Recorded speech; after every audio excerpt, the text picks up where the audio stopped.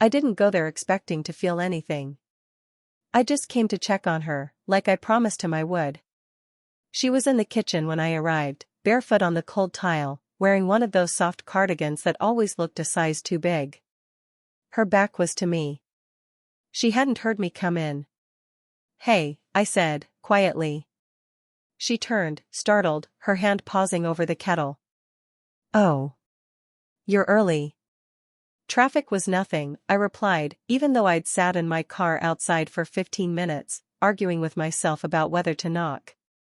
The kitchen smelled like jasmine tea and something baked, though nothing was in the oven. The silence between us had a strange weight to it, like we were both hearing a conversation that hadn't started yet. "You hungry?" she asked. Her voice cracked, just slightly.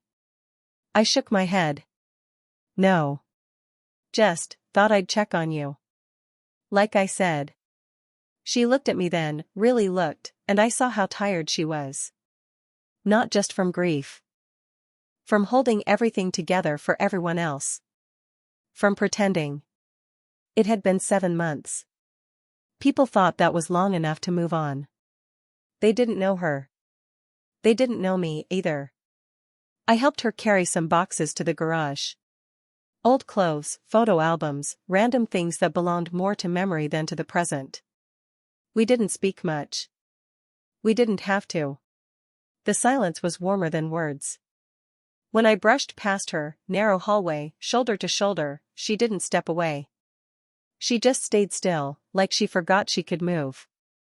That night, I stayed for dinner.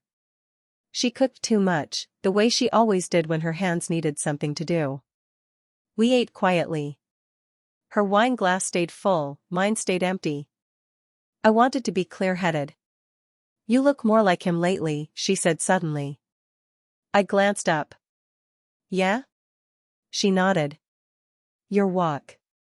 The way you lean on the counter like that." I froze, unsure how to respond. "Compliment? Curse?" She softened. "It's not a bad thing." I didn't say anything. Just watched her, head tilted, wondering if she noticed the way I looked at her now. If she knew how many times I'd almost called, almost driven here, almost said something I couldn't unsay. She looked away first. Stirred her untouched pasta. Changed the subject. Later, when I got up to leave, she followed me to the door. Her hand hovered at my arm for half a second, just enough to make me wonder if she was going to touch me. "You don't have to come so often," she said. "I'm okay." I nodded. "I know." But I didn't move. Neither did she. The hallway light buzzed softly above us. I saw the faintest shimmer of tears in her eyes, not the kind that fall, just the kind that wait. "You sure you're okay?" I asked. She gave a weak smile. "Sure." I reached forward, just to tuck a loose strand of hair behind her ear. Nothing more. But her breath caught, and in that tiny, involuntary sound, I heard something break open. Not pain. Not grief. Something else. And then, the doorbell rang. She blinked. I stepped back. Her hand fell to her side. We both looked at the door like it was a trap we hadn't set'd. It was her neighbor at the door, the one with the loud dog and a habit of dropping off muffins she never ate. I slipped out while they chatted, careful not to interrupt, but she caught my eye just before I stepped off the porch. There was something in her gaze I hadn't seen before. Not softness. Not sadness. Something caught between fear and want. The next day, I told myself I wouldn't go back. That I had done my part, that I needed space. But by evening, I was parked outside again, pretending I was just in the area. She saw through it. "You're here again," she said, standing in the doorway, arms crossed, but not angry. Just unsure. "Yeah. Figured I left my charger," I lied. "You didn't." We stood like that for a beat too long, neither inviting nor leaving. Finally, she stepped aside. "Come in." We sat on the couch. No TV. No music. Just the low hum of the fridge and the occasional creak of the old house around us. I asked her about the photo albums we'd boxed up. She smiled at the one of her and my dad on their wedding day, but it didn't reach her eyes. He was a good man, she said, slowly. But not easy. I waited. He had these long silences.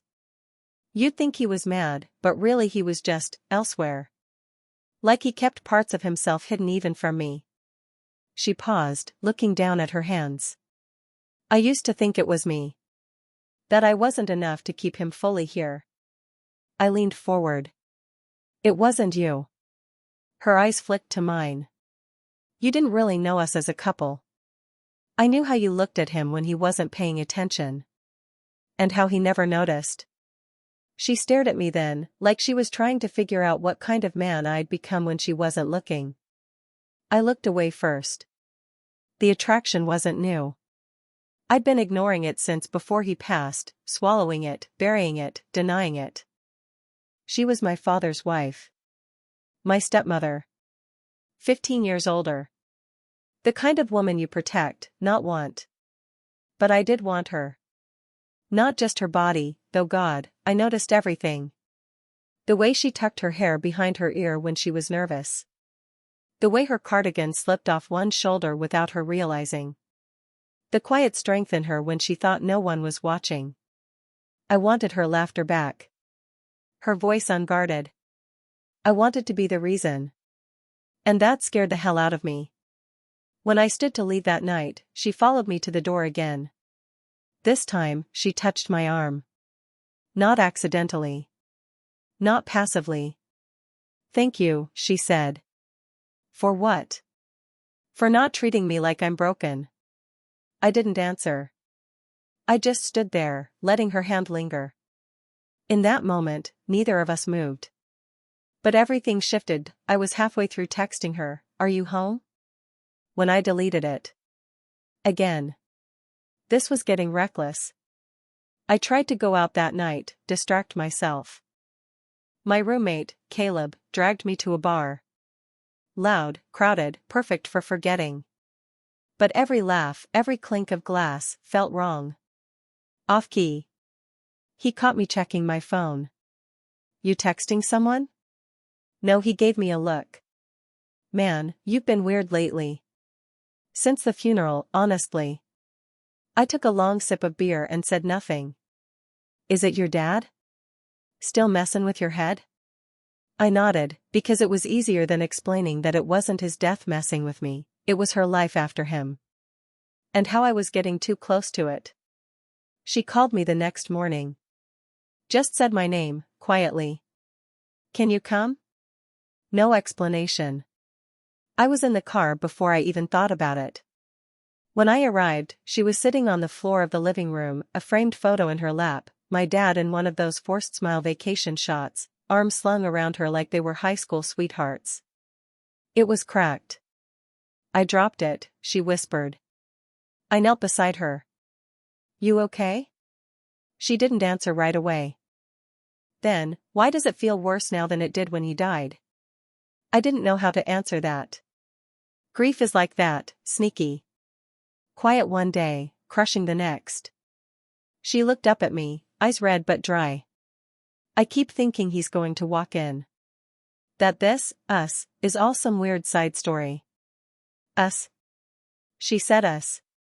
Her hand was still on the photo. I gently pried it from her fingers, set it down. Her hand stayed in mine. I should have let go. Instead, I looked at her, really looked. Her lips parted slightly. The space between us felt like a held breath. I leaned forward an inch, maybe two. She didn't move. Then the front door opened. We both jolted back. Her sister's voice called out, "Claire? You home?" She scrambled to her feet, hair tousled, eyes wide. I forgot she was coming, she whispered, smoothing her cardigan, stepping away from me like I'd burned her. I stood too, jaw tight. Claire. That was her name. I left before introductions. Outside, I paced the driveway, heart hammering. Guilt hit like a delayed punch. I knew what people would say. I knew what it looked like. She was my stepmother. I was barely 25. It didn't matter that he was gone. It didn't matter that we hadn't kissed. The feeling was real. The want was real. That was the danger. My phone buzzed. Her text, "Don't come tomorrow." Then another, "Please." 3 days passed. I didn't call. Didn't text. Didn't drive by. I told myself I was giving her space. Truth was, I wanted to see if she'd miss me. She didn't reach out. Not once. So when I saw her car parked outside the small bookstore downtown, the one she used to go to with my dad, I parked 2 blocks away and followed her in. I told myself I just wanted to see if she was okay. She was laughing. With someone else. A man, probably late 40s. Clean-shaven, confident. He touched her elbow as they walked past the memoir section, and she didn't pull away. It was nothing. Probably an old friend. But I stood there like a ghost, heart slamming against my ribs. That night, I showed up at her door. She opened it slowly. Eyes tired. Hair still damp from a shower. "I asked you not to come." "You didn't mean it." She exhaled sharply. "You shouldn't be here." "But I am." Her gaze held mine. Long enough for something to shift. I stepped inside without asking. We didn't speak for the first few minutes. She busied herself with the kettle, like she always did when she didn't want to talk. Finally, I broke the silence. "Who was he?" She froze. "Excuse me?" "At the bookstore." Her hand gripped the mug a little tighter. "That's none of your business." "Is it not?" "No," she said, too fast. "It's not. You didn't laugh like that when you were with me." She turned. "Don't do this. I just need to know." She stared at me, jaw tight, eyes shining. "You think you get to be jealous? You think you have some right?" I didn't answer. I just stepped closer. Her voice softened, but not kindly. "This is exactly why I told you to stay away." I nodded, once. "Because you feel it too." Silence. Then, almost too quiet to hear, "I can't feel this." "I won't." "Why?"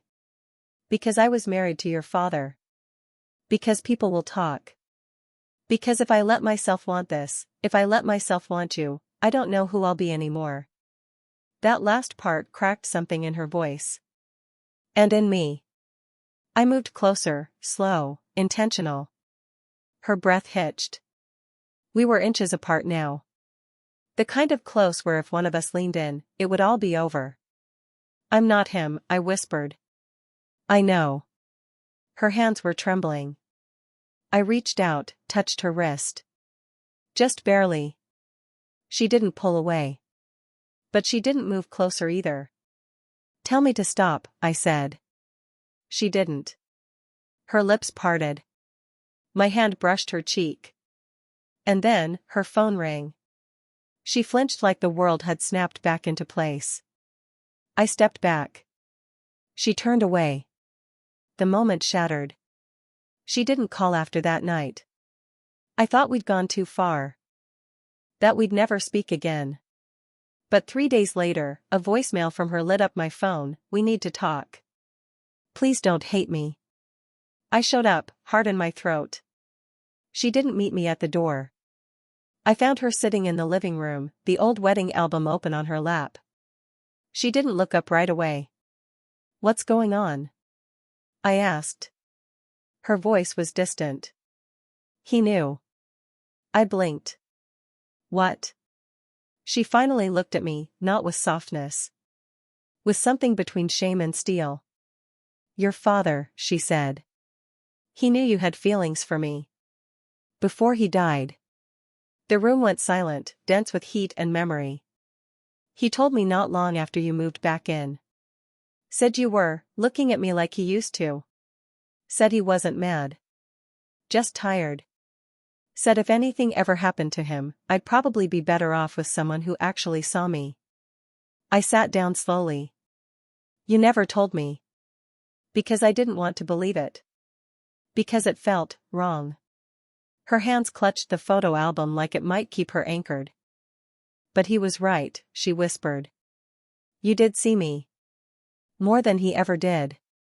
And that terrified me. The weight of her words settled between us like dust. I stood, pacing. So what are you saying? That this thing between us, he gave you permission? No, she snapped. I'm saying that I've been pretending it wasn't real. That if I ignored it long enough, it would go away. I stopped. Did it? She didn't answer. Her silence said enough. Then came the second blow. There's more, she said. My sister, she saw us. My blood ran cold. She didn't say anything that day, but she came back yesterday. She told me if I didn't end whatever's happening between us, she'd tell your mother. And your aunt. And everyone. She nodded. Suddenly, what we'd built in the shadows didn't feel private anymore. It felt exposed. Fragile. Like it might crumble under someone else's judgment. Do you want this to end? I asked, my voice quieter than I meant. She looked at me, no walls, no distance. No, I closed the gap between us. Slowly, deliberately. She didn't move. But I'm scared, she added, voice cracking. Of what it'll cost. Of who we'll lose. I nodded. Me too. She reached up, fingertips grazing my chest, not a pull, not a push. Just a pause. Then came the words I wasn't ready for. But if we keep going, she whispered, we don't get to pretend anymore. I stared down at her. Neither of us blinked. The next move, it would break something. Or save it. Rained the next day. The kind of slow, steady rain that dripped from the gutters and soaked the world in gray. I hadn't heard from her. And for once, I didn't go to her door. I waited. Until she came to mine. No umbrella. Soaked to the skin. Hair flat, mascara smudged. And still, she looked more alive than I'd ever seen her. I stepped back without a word and let her in. She stood in the center of the living room, dripping on the hardwood, clutching something, a folded letter. Old. Yellowed. I recognized my father's handwriting. She didn't hand it to me. Just said, he wrote it after he got sick. Told me to give it to you if I ever thought you needed to hear the truth. I didn't move. Do I? She didn't answer. Just kept talking. He knew he didn't love me the way I needed. But he stayed because it was safe. Because I was kind to him. Her voice cracked.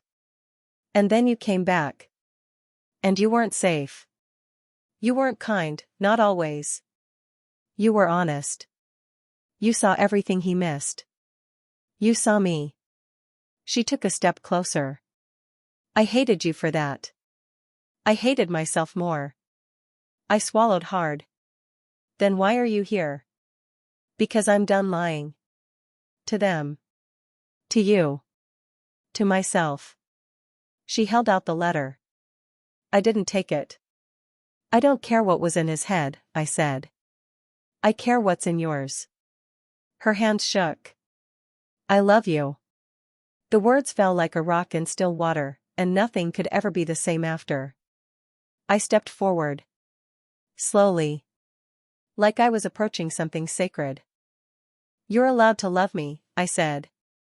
But if it's going to ruin you, it won't, she cut in. It already saved me. Her lip trembled, and she laughed bitterly. Isn't that messed up? No, I whispered. It's just human. Then I kissed her. Not the soft, tentative kind we'd almost had before. This one happened. Months of silence, of guilt, of looking away, it all poured into that one, honest moment. Her hands buried in my shirt. Mine in her wet hair. Nothing careful anymore. Nothing clean. When we broke apart, she didn't step back. But she looked down. They're going to talk. Let them. They'll say I was desperate. I smiled gently. They'll be right. We stood in the quiet after that, breathing the same breath. Not making plans. Not promising anything. But we knew. Whatever this was, whatever it cost, we were in it now. It's been 8 months since that night in the rain. We don't talk about what we are in labels. Not yet. Maybe not ever. What we have is quieter than love, steadier than lust, but real in a way I've never known before. She still wakes up sometimes with her back turned to me. Like she's not sure she's allowed this life. And I still get that knot in my throat when I see old photos of him tucked behind the fridge magnets, like I stole something sacred. But then she'll reach for my hand, wordlessly, automatically, and I'll remember, this wasn't stolen. It was waiting. Her sister eventually stopped speaking to her. Said what we were doing was shameful. Said it would ruin the family name. Claire didn't fight back. She just shrugged and told her, I'd rather ruin their image of me than keep ruining myself. That moment changed everything. She let go of the life she was performing. The grief she was performing. And I let go of the fear that I was a stand-in for someone else. We started taking walks at night. Out in public. Slowly, carefully. No hiding. People stared sometimes. We ignored them. She started wearing her hair down more. I started leaving a toothbrush at her place. We didn't rush it. We just kept showing up. One evening, I found that letter again, the one my father had written. I finally read it. He didn't apologize. Not for the way he'd been absent, not for the way he'd seen me seeing her. He just wrote, if you're holding this, it means you stayed. Maybe love finds people like her too late. Just promise me you'll see her the way I never could, and that you won't be afraid to want her out loud. I cried. She held me like I was 10 years old again, knees scraped, trying not to sob. We still have moments where guilt taps on the window. Where we wonder if the timeline was too soon, too messy, too hard to explain. But then she laughs at one of my stupid jokes, and I see years fall off her face. Or she'll catch me staring and say, you always look like you're memorizing me. And maybe I am. Maybe I don't know what the future looks like. But I know this, the past didn't break us. It built the bridge that led to now. We didn't plan this. We didn't expect it. But we chose it. And that choice, every day, is what makes it real. Did you enjoy the story? What kind of stories would you like to hear next? Let us know in the comments, and thank you for feeling this one with us.